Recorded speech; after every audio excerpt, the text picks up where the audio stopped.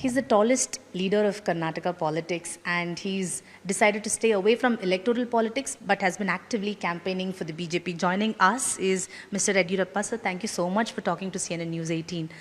You know, what is your message to the voters? Because in Karnataka, usually the voter turnout has always been less. This time, do you see a change? Do you see more? According to me, more than 60% voting will be there today, this time, because people are very much interested in this election. And because of Modi ji and Amit Bhai and also Nadda toured in the state, and people are very happy about the developmental work of our government and also central government. On that basis, I am telling you that we are going to get absolute majority and we are going to form the government. Sir, if there is a hung assembly that we've seen before also in the state, would you be open to forming an alliance with the JDS? That question does not arise. I am telling you, 101% we are going to get absolute majority. Question of taking support from any other political party does not arise. So this is also the first time that you're not contesting. Your son has more responsibility as well. But, you know, how do you see the mood, sir? Because, you know, will your absence from contesting, will it have an impact for the BJP?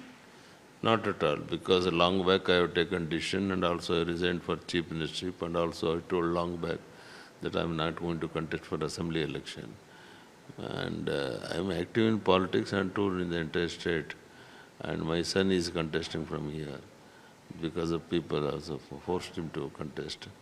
And he'll get more than 40,000 margin this time, Vijayendra.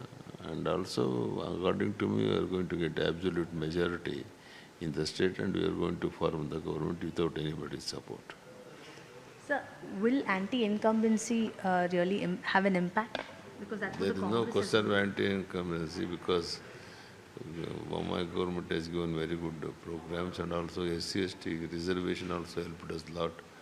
These are all is going to help us to get absolute majority.